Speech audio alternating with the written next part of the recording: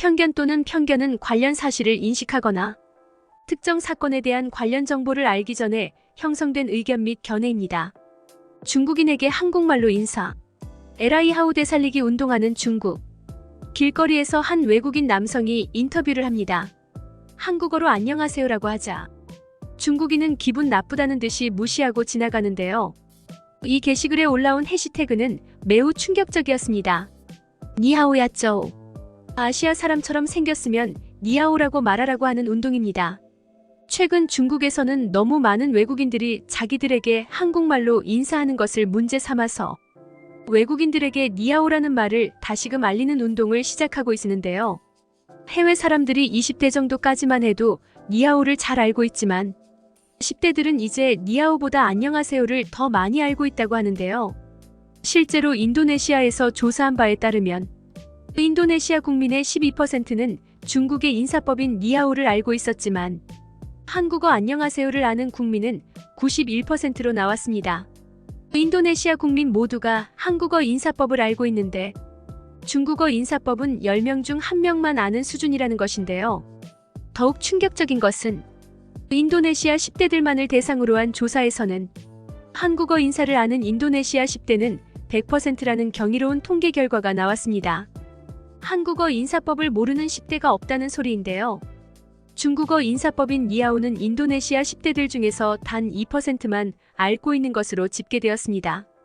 이는 현재 중국에서는 큰 위기로 인식하고 있는데요. 이에 대해 중국은 니하오 야쩌오라는 운동을 시작해서 해외 곳곳에 니하오라는 말을 다시 알리기 시작했습니다. 이러한 그들의 기저에는 이러한 인식이 깔려 있는데요. 이 영상은 한 외국인 유튜버가 지나가던 중국인에게 영어를 할 수 있으냐고 묻자 그 중국인은 기분이 나쁘다는 듯이 중국어를 할 수 있냐면서 중국어는 영어와 같은 세계 공용어라고 말하는 영상입니다. 저기요. 혹시 영어 가능하세요? 내가 왜 영어를 할 줄 알아야 하죠? 왜냐하면 영어는 국제 공용어잖아요. 그런데 중국어도 국제 공용어잖아. 현재 중국인들 대다수는 이 사람과 똑같은 생각을 하고 있다고 보시면 되는데요. 여러분 혹시라도 한국에서 중국인 관광객들과 대화를 해보신 분이라면 아시겠지만 그 여행객들은 대부분 영어를 쓰지 않습니다. 우리 현지인들과 대화를 할 때에도 중국어를 쓰죠. 그것이 이상하다고 느껴진 적 없으신가요? 이것은 바로 그들의 이러한 인식에서 나온 것이었습니다. 그렇게 니하오 아시아 운동이 시작된 것인데요. 다만 이것에 대해 항의하는 한 중국인의 글도 볼 수 있었는데요. 쉽게 보기 힘든 희귀하고 신기한 글이라서 여러분에게 소개해드리려고 가져왔습니다. 여러분이 한번 듣고 판단해보세요. 해당 글의 내용은 이러했는데요. 니하오 아시아라는 운동은 정말이지 엉터리 같은 짓거리다. 아시아인의 인사말로 니하오의 입지가 줄어든 이유는 간단하다. 8, 90년도 일본이 문화를 해외로 엄청나게 수출했고 당시 닌자라던가 스시와 같은 많은 일본 문화들이 전 세계에 유행이 되었다. 그리고 일본의 버블이 터진 뒤는 한국의 시대가 되었고 한국의 문화 독주는 여전히 현재 진행형이다. 우리가 무슨 운동을 한다고 해서 외국인들의 인식은 절대로 변하지 않는다. 한국이 안녕하세요라는 말을 의도적으로 유행시켰는가? 그것에 대해 먼저 생각해봐야 한다. 혹여나 한국이 우리처럼 안녕하세요 아시아 같은 운동을 했다고 생각하는 중국인이 있다면 정말 멍청한 것이다. 절대로 그렇지 않다. 한국은 자기들 스스로 문화를 발전시켰고 그 발전된 문화 속에서 생겨난 스타와 배우들이 자연스럽게 그들의 언어로 인사말을 하는 것을 봐온 팬들이 전 세계에 있기 때문이다. 사실 해외에 유명한 중국인 배우가 얼마나 있는지를 생각해보면 간단하다. 미국에서도 유명한 중국인 가수 누가 있을까? 누군가는 몇몇의 이름을 말할 것이다. 하지만 그들은 사실 미국에서 전혀 유명하지 않다. 만약 유명한 가수가 있다면 그들은 전부 중국계 미국인일 뿐이다. 그럼 한국도 마찬가지인가? 틀렸다.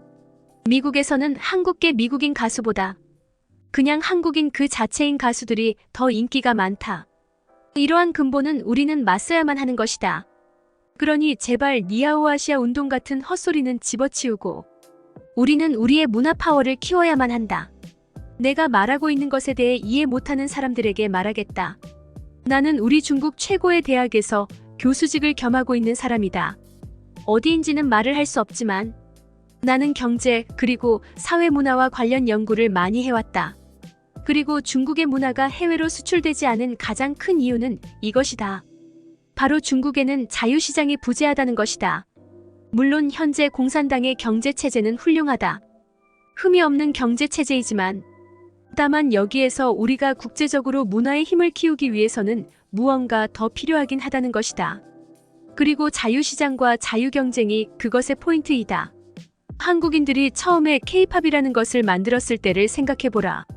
방시혁이라는 사람이 처음에 방탄소년단을 만들었을 때 그가 한국 정부의 명령을 따라서 한국을 널리 알릴 수 있는 남자 아이돌 그룹을 만들어라 라는 지령을 듣고 한국을 널리 알릴 수 있는 아이돌을 만들기 위해 처음부터 노력했을까? 절대로 아니다. 만약 중국이라면 그랬을 것이다. 중국에서는 흔한 일이기 때문이다. 그래서 우리 중국의 문화가 항상 지는 것이다. 그럼 방시혁이라는 사람은 어떤 생각으로 방탄소년단을 만들었을까? 한마디로 그냥 이기적으로 돈을 벌기 위해 열심히 살았다는 것. 그것뿐이다. 그냥 그는 방탄소년단이라는 아이돌 그룹으로 돈을 벌려고 했을 뿐이다. 그리고 방탄소년단들의 멤버들도 애초에 한국을 알리는 것에는 관심이 없었다. 그들도 그저 유명한 가수로 돈을 많이 벌어서 명예를 갖기 위해 열심히 노력한 것이다. 이것이 바로 자유경쟁의 힘이다. 안타깝게도 우리 중국에서는 보기 힘든 것이다. 중국은 처음부터 대중국을 알리기 위한 목적으로 아이돌 그룹을 만들지 않는가? 유럽의 한 철학자가 한 말이 있다. 중국에서는 유명하지 않은 말이지만 중국을 제외한 많은 나라에서는 이 말이 매우 유명하다. 보이지 않는 손이라는 것. 시장의 개개인이 이기적인 마음으로 경쟁활동을 할 때 그것이 시장에 가장 긍정적인 영향을 끼친다는 것이다. 시장의 개개인이 하나의 대의.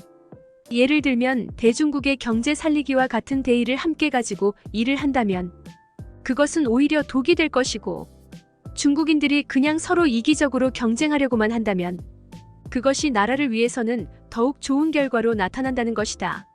물론 이 말은 우리 중국의 체제가 허술하다는 것을 증명하는 것은 아니다. 물론 중국의 체제는 그 어떤 체제보다 훌륭하며 미국과 한국 그리고 일본의 거지들이 전부 죽어가는 자유경제 체제보다 훨씬 훌륭하다.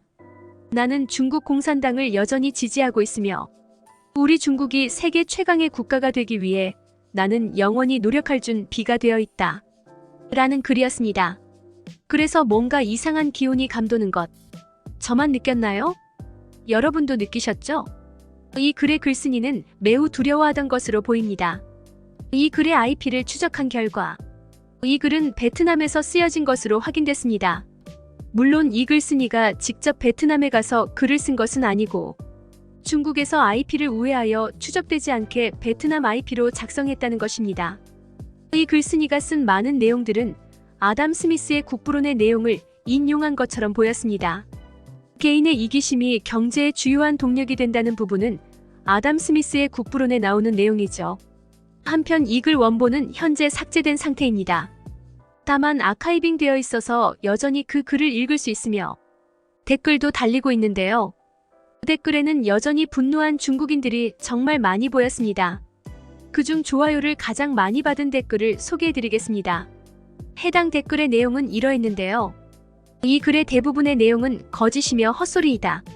한국은 오래전부터 중국을 죽이기 위한 공작을 해왔고 방탄소년단을 포함한 많은 한국의 드라마들은 미국의 기업인 넷플릭스와 함께 협업하여 중국 문화를 부숴왔다. 한류의 시작이 되었던 드라마들은 전부 외국 구글에서 퍼졌고 특히 싸이의 강남스타일은 유튜브라는 플랫폼 덕분에 해외로 퍼지게 되었다. 왜 항상 한국의 문화는 미국의 플랫폼을 통해서 퍼지게 된 것일까? 현재 한국 드라마도 전부 미국의 넷플릭스를 통해서 유통되고 있지 않은가? 뭐라고? 자유경쟁? 헛소리 좀 작작해라. 한국과 미국의 공작 활동이 과연 자유경쟁이 맞는 것인가? 나는 오래전에 한국 드라마를 한번 본 적이 있다. 그리고 그 드라마는 정말 재미없었다. 하지만 한 가지 사실을 확인할 수 있었는데 특히 한국에서 온 좋지 못한 노래들도 마찬가지다. 그들의 노래와 드라마에는 특정 주파수가 삽입되어 있다. 이 주파수는 남성들은 듣지 못하는 것인데 대부분의 여성들이 이 주파수에 반응한다. 그리고 그 주파수는 그들이 드라마와 노래에 중독되게 만든다. 이처럼 미국의 기술력은 매우 무섭다. 2차 대전 시절에 핵폭탄도 만든 놈들인데 이 정도 기술 하나는 그들이 충분히 만들 수 있었겠지. 한국이 자기들 힘으로 그렇게 성장한 거라고? 절대로 아니다. 한국 전쟁 이후 한국과 미국은 서로 이상한 협업을 해왔다. 한국은 미국에게다. 한국은 위치적으로 미국에서 가장 중요한 위치에 있다. 그 이유는 바로 한국이 중국을 견제하기 좋은 위치에 있기 때문이다. 한국 드라마나 한국 노래가 해외에서 유행하는 이유는 전부 미국이 만든 주파수 기술 때문이지. 절대로 한국이 능력이 좋아서 그렇게 된 것이 아니다. 해외 사람들도 이것에 대해서 알 사람들은 다 안다.